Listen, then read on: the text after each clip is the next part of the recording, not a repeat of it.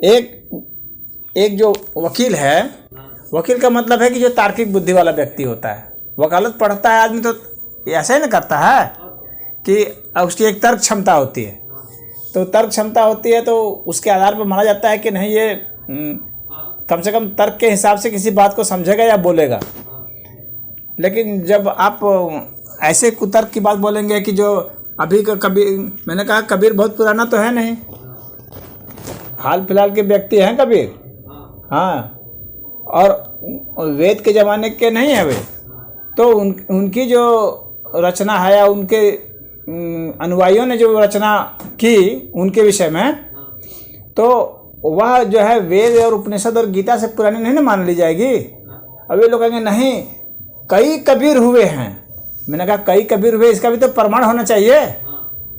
अब उपनिषद में दिखा दीजिए कहीं कबीर वो शब्द लिखा हुआ, गीता में दिखा दीजिए, महाभारत में दिखा दीजिए, वेद में दिखा दीजिए, कहीं भी कबीर शब्द लिखा हुआ दिखा दीजिए, तब ना माना जाएगा।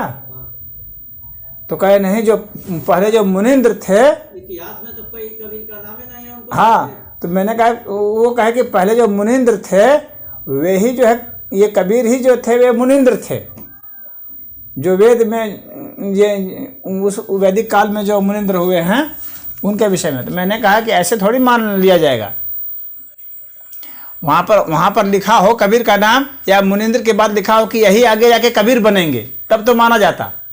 यदि वहाँ ऐसा लिखा होता कि यही कबीर जाके बनेंगे बाद में कलयुग में, तो माना जाता। तो ऐसा तो है नहीं, कहीं लिखा हुआ है नहीं ऐसा।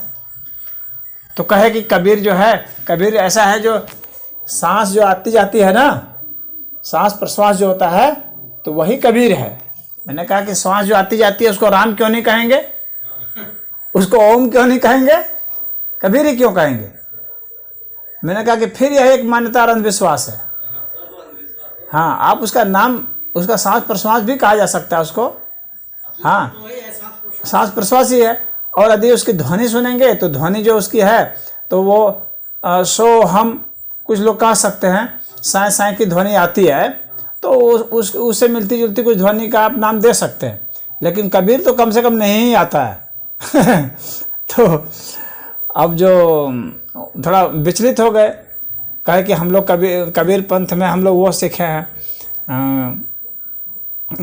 दीक्षा लिए हैं तो सिखाए हैं कि मन बुद्धि अहंकार चित्त क्या है। तो मैंने कहा कि क्या है मन बुद्धि चित्त अहंकार, बताइए मन क्या है बताइए। तो कहे कि मन वह होता है जिसमें कि संकल्प और विकल्प होता है। मैंने कहा अगर संकल्प विकल्प नहीं है व्यक्ति में तो उसमें मन है या नहीं है। यदि कोई व्यक्ति संकल्प विकल्प नहीं कर रहा है तो उसके पास उस वक्त मन है कि नहीं उसके पास। तो चुप हो गए। तो ये जो सीखी सिखाई जो बातें होती है ऐसी ही जाती है, वो गहराई उसमें कुछ नहीं होती है।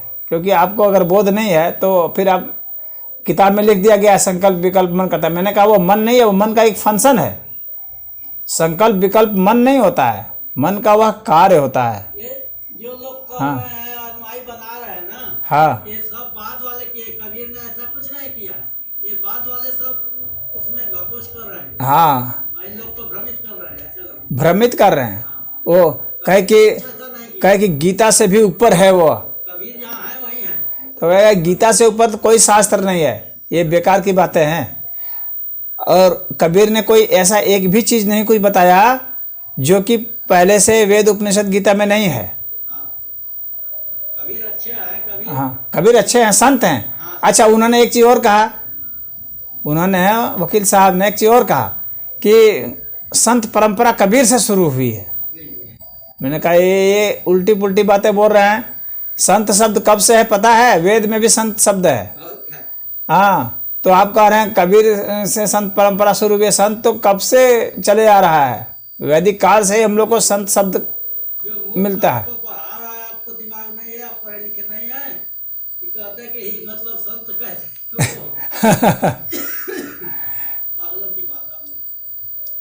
तो अब मन को भी वो समझा पाए। वो कहे कि ऐसा है ना कि जैसे पानी है, कहे कि ये तन भी मन ही है। मैंने कहा ये तन कैसे मन हो जाएगा। तन और मन जब दो शब्द हैं तो दो अलग अलग अवस्थाएं हैं ना अस्तित्व के, तभी तो दो अलग अलग शब्द बने हैं। तो कहे कि नहीं, वो मन का ही फैलाव तन है। हाँ, तो कहे कि इसलिए एक ही हो जाते हैं। ठीक उसी तरह से तो आंतरिक है, मन तो ऊपर की क्रिया है। वे दृष्टांत क्या दिए कि ठीक उसी तरह से जैसे कि पानी का ही एक रूप जो है वह भाप है, पानी ही भाप है, और वही जो है बर्फ है। मैंने कहा कि वही एक ही चीज़ नहीं है पानी और भाप।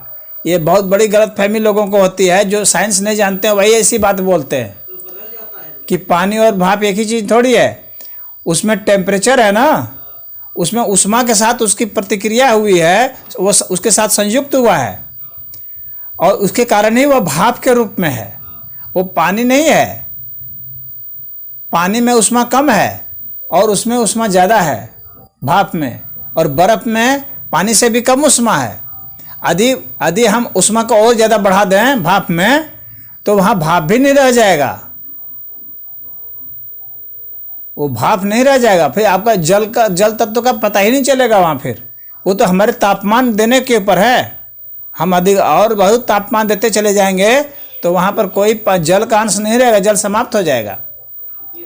जब भापे को तो आप पानी कहेंगे या बर्फ को हाँ, पानी कहेंगे, सब तो पानी कहेंगे। एक विशेष तापमान तक और विशेष दबाव में ही वो है। उसको आप ऐसा नहीं कह सकते कि वो पानी का रूप है भाप। हाँ, उस भाप में पानी अवश्य है, लेकिन सिर्फ पानी नहीं है वहाँ, वो एक संयुक्त स्वरूप है उसका। तो यह उसमें गर्मी भी है, प्रेशर भी है, दबाव भी है, क्योंकि उसमें दबाव का भी महत्व होता है। तो फिर कहे कि तब इस बात को समझने के लिए फिर हमको फिर लंबी बातचीत करनी पड़ेगी, आना पड़ेगा।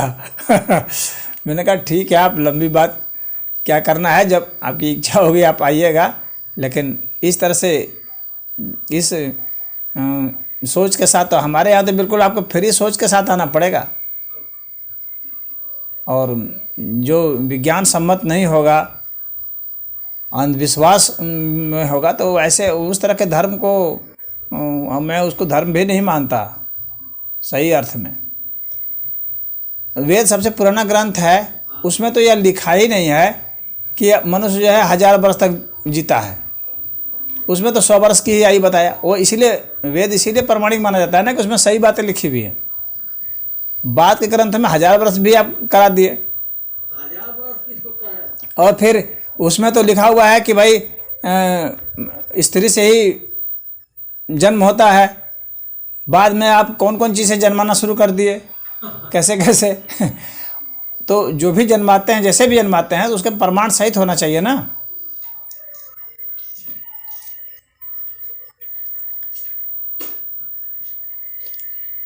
तो कबीर एक संत हुए हैं और हम लोग उनका सम्मान करते हैं।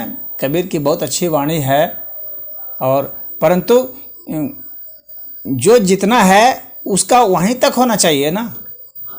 उसकी आभा को ऐसा नहीं करना चाहिए कि बाकी को नज़रअंदाज कर दिए और उसको बहुत हाई फाई बना करके और पहले वालों को जो है निरस्त कर दिए। कहे कि 14 भुवन की उसमें बात की गई है। अरे मैंने एक उदाहरण उनको दिया है, महावीर और मक्खली गोसाल का। महावीर थे और एक मक्खली गोसाल थे। तो महावीर ने कहा कि मैंने 11 स्वर्ग देखे हैं, समझ गए। तो मक्खली गोसाल ने कहा मैंने 17 देखे हैं। अब इन दोनों के पास कोई प्रमाण नहीं है, न 11 देखे उसके पास कोई प्रमाण है, न 17 देखे उसके पास कोई प्रमाण है। कोई आदमी आगे कहेगा मैंने 21 देखे हैं, कोई आगे कहेगा मैंने 1000 देखे हैं। ये कोई बात है? एक मूर्खता से और बढ़ के कुछ नहीं है। ऐसा संख्या अपने गिनाते जाओ। कोई कहेगा मैंने 3 भुवन देखे हैं, तो कोई कहेगा मैंने 8 भुवन देखे हैं, कोई कहेगा 14 भुवन देखे हैं। तो वो संख्या बाद में बढ़ाते जाओ, लेकिन उसका कोई वैल्यू नहीं है। इस तरह का बिना प्रमाण के हम भुवनों की संख्या बढ़ाते चले जाएं, लोगों की संख्या बढ़ाते चले जाएं, उसका कोई बहुत महत्व नहीं है। अरे कई बार कह दो कि अनंत बस वही मैंने कहा भी कि ये अस्तित्व पूरा अनंत है, यही से प्रमाणित होता है, ये वेद में है, इससे बड़ा शब्द कोई आया ही नहीं आज तक। तो आप 14 भुवन 18 भुवन 20 भुवन करते चले जाए, उससे क्या फर्क पड़ रहा है।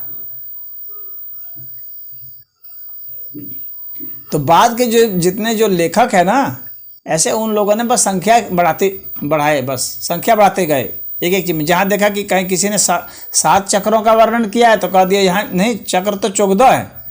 अब कोई कह देगा चक्र तो 21 है। अरे वो प्रमाणित भी तो होना चाहिए कि तुक्के में कुछ भी बोलते चले जाओ, कोई 21 बोलेगा, कोई 33 बोल देगा, कोई 64 बोल देगा। तो यहाँ पर झूठों के पुलिंदे के जो है ना, बस वो फ्री छोड़ दिया गया कि जितना मर्जी उतना झूठ बोल बोल करके अपने संप्रदाय को बड़ा सिद्ध कर दो और लोगों को बेवकूफ़ बना करके अनुयायी बना लो, फिर संसाधनों का दोहन करो। हाँ, तो उद्देश्य जो है उनको ज्ञानी बनाना नहीं है, बल्कि ज्ञानी के नाम पर महामूर्ख बनाना है, अंधविश्वासी बनाना है। मोहम्मद वाला स्कीम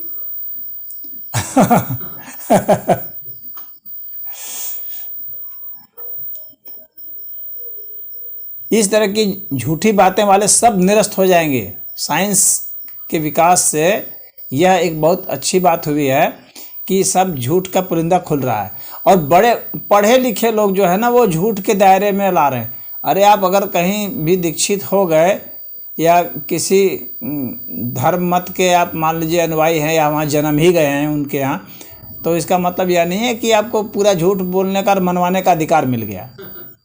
हाँ, अपना झूठ अपने पास रखो, अगर उसको नहीं ख़त्म कर सकते हो तो समाज में फैला करके क्यों समाज के दिमाग को पॉल्यूट करना है। यह भी एक प्रदूषण है। जिसके पास तर्क शक्ति नहीं रहेगी तो जो जैसे का तैसा मान लेगा। वैचारिक प्रदूषण है ये सब। ये जो झूठ अफवाह फैलाते हैं, बोंगियाँ जो मारते हैं, ये सब जो है ये वैचारिक प्रदूषण है। इससे समाज और प्रदूषित हो करके, और ये जितने वैचारिक ये जो हिंसा हो रही है, इतनी जो है ना मार काट ये सब मची हुई है, इतना घृणा है एक दूसरे के प्रति, वो इसीलिए है क्योंकि हम तर्क को और विज्ञान को महत्व नहीं दे रहे हैं, खाली झूठ पर झूठ बोले जा रहे हैं। हम जो कुछ भी बोलें उसको अगर हम सिद्ध कर सकते हैं तो अवश्य बोलें, सिद्ध नहीं कर सकते हैं तो उसको रिजेक्ट करें।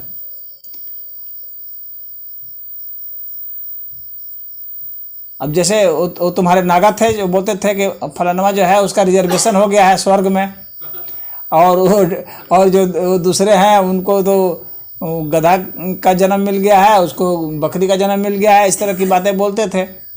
और तो हमारी पैरवी है स्वर्ग में, तो मुझे वहाँ पर वो स्थान मिल जाएगा, सीट मिल जाएगा। और काम क्या कर रहे हैं, काम तो सारा चिरकुट वाला कर रहे हैं, और फिर भी कह रहे हैं कि मेरा तो वहाँ आरक्षण है। हाँ, ऐसे ही बताते थे ना तब। तो ये सब क्या है, ये सब सिर्फ बकवास करना है, अपना और दूसरे का समय और दिमाग खराब करना है।